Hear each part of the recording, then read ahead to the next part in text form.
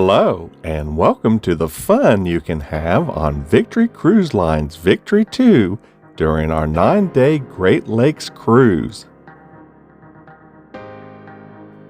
Most of the fun activities take place in the Compass Lounge.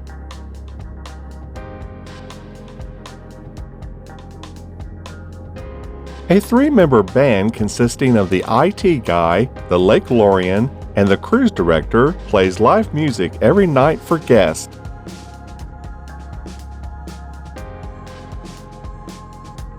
Some guests take the opportunity to step onto the dance floor and move to the music. Expand your knowledge of the Great Lakes by attending Enrichment Lectures with the Lakelorian. Learn about the history, ecology, industry, and customs of the region throughout the cruise.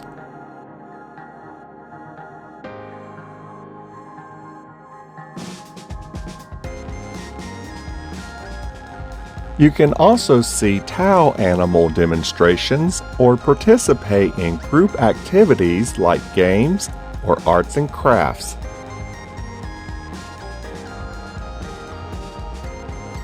Another fun activity is touring the bridge. The captain explains the functions of the various pieces of equipment and the duties involved within the bridge. Be sure to sign up for the tour when it becomes available. During the tour, we see a vessel approach and pass by to the left. Sometime during the cruise, you may see the sister ship. Here is the Victory 1 passing by en route to Chicago on Lake Michigan as we sail towards our first port of call in Escanaba, Michigan. Near the end of a day of sailing on Lake Michigan, we move closer to the Wisconsin coastline and take in a spectacular view of this sunset. Look at how the sun slides down behind a band of clouds before reappearing above the landscape for its final descent. When you find yourself on an open body of water, as daylight gives way to the night, you should always try to watch a sunset against a clearly defined horizon like this. Stay tuned as we see other interesting landmarks and sunsets over the course of this cruise.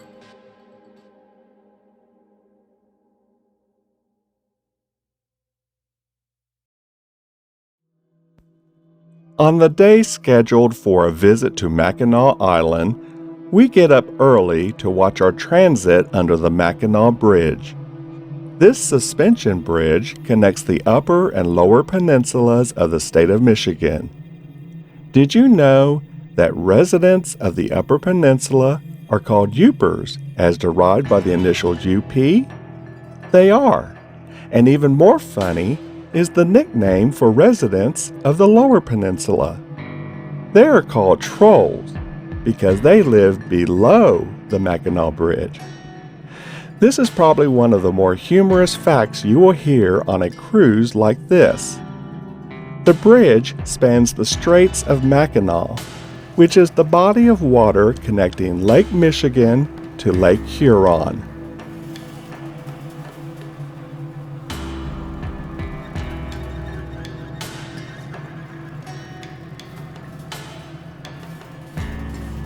Later in the day, after visiting Mackinac Island, we hear the captain's announcement that we will sail again under the Mackinac Bridge. He explains that our schedule allows another opportunity to view the bridge before continuing to the next port of call. For those guests who missed the early morning view, they get a second chance to see the bridge. For the ones who did the early morning view, they can see the bridge again under the light of a different time of day. The bridge opened in 1957 and is 26,372 feet long, which is just under 5 miles long. It is the longest suspension bridge between anchorages in the Western Hemisphere. Sailing under an impressive bridge like this one on a cruise ship gives passengers an opportunity to appreciate the unique view of that bridge's structure from below. Never miss the chance to see feats of engineering like this one when you sail on a cruise ship.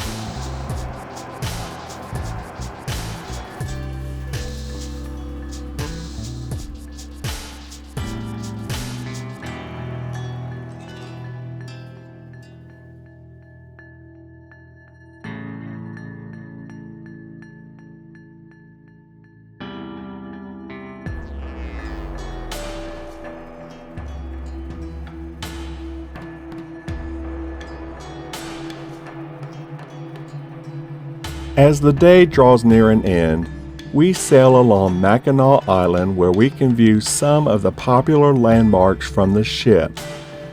We see the Grand Hotel from various angles and perspectives. To the east of the Grand Hotel is Fort Mackinac, which overlooks the town and harbor below. Sailing on a smaller cruise ship allows us to see sights like these up close.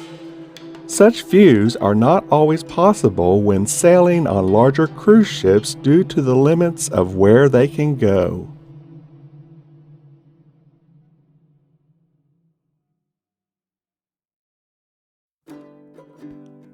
Sault Ste. Marie, Michigan greets us on this beautiful morning as we arrive and approach the Soo Locks. These locks are on the St. Mary's River, which flows from Lake Superior to Lake Huron and serves as part of the border between the United States and Canada. It is the Soo Locks, however, that make shipping possible between Lake Superior and the lower Great Lakes. The river and locks separate Sault Ste. Marie, Michigan to the south from Sault Ste. Marie, Ontario to the north. When you are on a cruise that passes through the locks of a canal, you should step out on the deck and watch the process. It is fascinating to see how the water in the chambers lift or lower the ship depending on the direction and destination of the ship.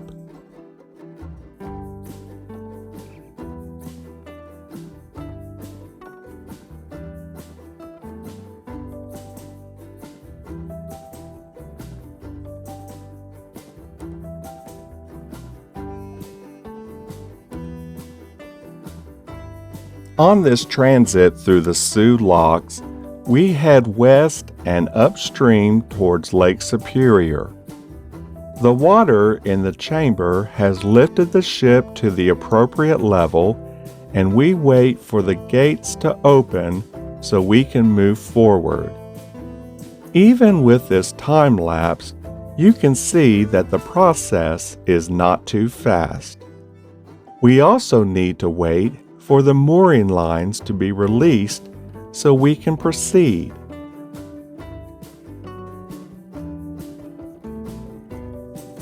Now that the crew has the all clear, we can continue our journey out of the locks and towards Lake Superior. For this to be a true Great Lakes cruise, we need to sail into the easternmost point of Lake Superior, if only for a brief amount of time. The captain announces that there is significant shipping traffic approaching the locks from Lake Superior. We cannot risk going too far into Lake Superior because we would get behind some of the traffic back through the locks and be late for our Sault Ste. Marie excursions. So, the plan is to go just beyond the Sault Ste. Marie International Bridge and then turn around before any ships get in front of us for the transit back through the locks. The bridge spans the St. Mary's River and connects the twin cities of Sault Ste. Marie, Michigan and Sault Ste. Marie, Ontario. It is approximately 2.8 miles in length and has a truss arch bridge design.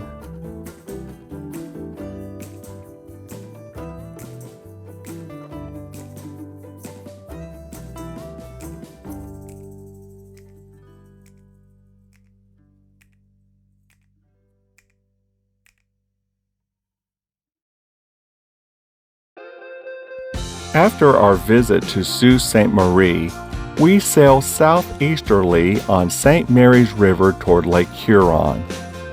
We begin to see this brilliant sunset fade behind the haze of a gray sky. What a disappointment for such an obstruction to ruin this special moment. As we start to lose heart, the sun fights to be seen and breaks through cracks in the gray sky with bright pink hues as it sinks behind the tree line.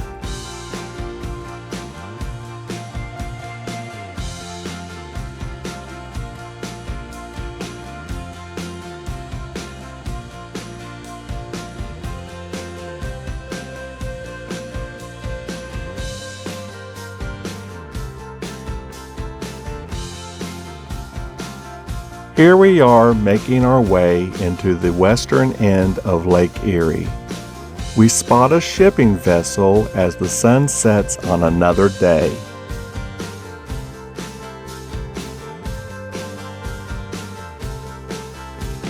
On this pleasant evening, we see a couple of nuclear power plant cooling towers in the distance. The sky shows off the moon and ominous clouds to close out the day.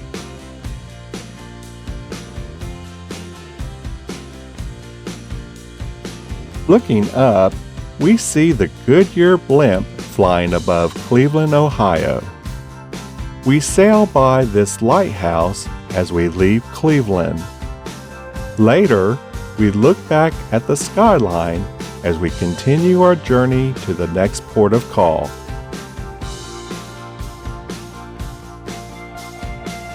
We have another chance to see a spectacular sunset on the open waters of Lake Erie. Will we see the sun maintain its sphere shape all the way down to the waterline? Or will a gray sky and clouds block it once again and spoil the show? It looks like we are finally getting the kind of sunset that we have been eagerly waiting for during this cruise.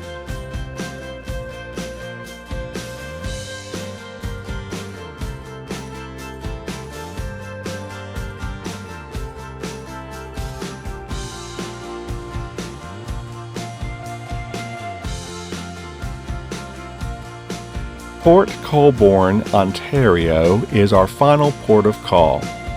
The Victory II docks here while we ride a bus to our Niagara Falls excursion. Clarence Street has a vertical lift bridge instead of a drawbridge to allow ships to enter the southern end of the Welland Canal.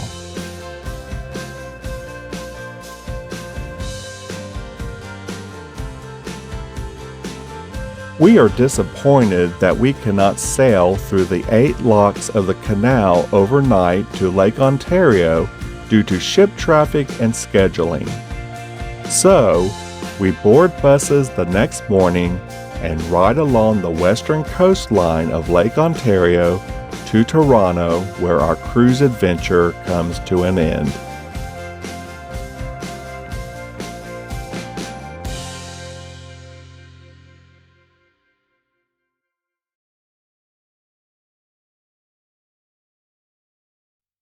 Don't forget to like this video by giving it a thumbs up.